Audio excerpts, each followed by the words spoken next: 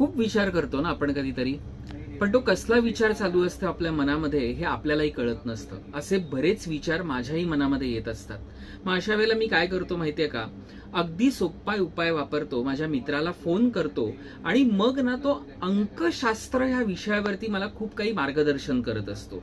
म्हणजे नक्की काय करतो तर माझ्या मोबाईल नंबरचा माझ्या आयुष्यावरती काय परिणाम पडू शकतो ह्याचंही मला उत्तर देतो.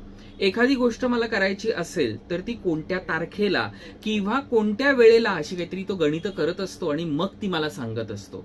त्यामुळे आपल्या आयुष्यावरती ह्या अंकांचा किती प्रभाव पडतो हे निश्चितच आपल्याला माहिती असणं गरजेचं आहे. आणि म्हणूनच मी काय करतो, टेन्शन न घेता सगळ्याचा उपाय म्हणून माझ्या मित्राला फोन करतो आणि मग त्याच्याकडनं सल्ला घेतोच, पण अगदीच वाटलं तर त्याला बोलवून पण घेतो. त्यामुळे माझा मित्र हेमंत बोकील ह्याला आज देखील मी तुम्हाला इंट्रोड्यूस करून देतो, कारण माझ्या आयुष्यामध्ये जो काही आयुष्यामध्ये पॉझिटिव्ह सकारात्मक फरक पडला ना, तो त्याच सगळ्या अंकशास्त्राचा, म्हणजेच आपण म्हणतो न्यूमरोलॉजी.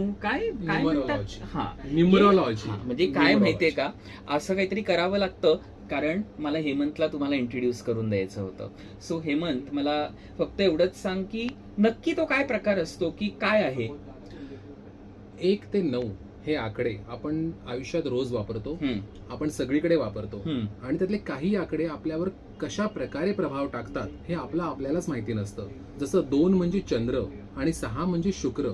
तर ह्या दोन्ही आकड्यांचा आपल्यावर काय परिणाम होतो हे जेव्हा तुम्ही त्या आकड्यांची गंमत आणि त्याच्या मागचं शास्त्र जाणून घ्याल तेव्हाच तुम्हाला कळेल. बस एवढंच तो सांगू शकतो, त्याच्या पलीकडे मी त्याला सांगून देणार नाही. याचं कारण, तुम्हाला या सगळ्याचा जर प्रभाव तुमच्या आयुष्यात करून घ्यायचा असेल तर हेमंतला जरूर कॉन्टॅक्ट करा आणि त्याच्याकडनं देखील सल्ला जरूर घ्या.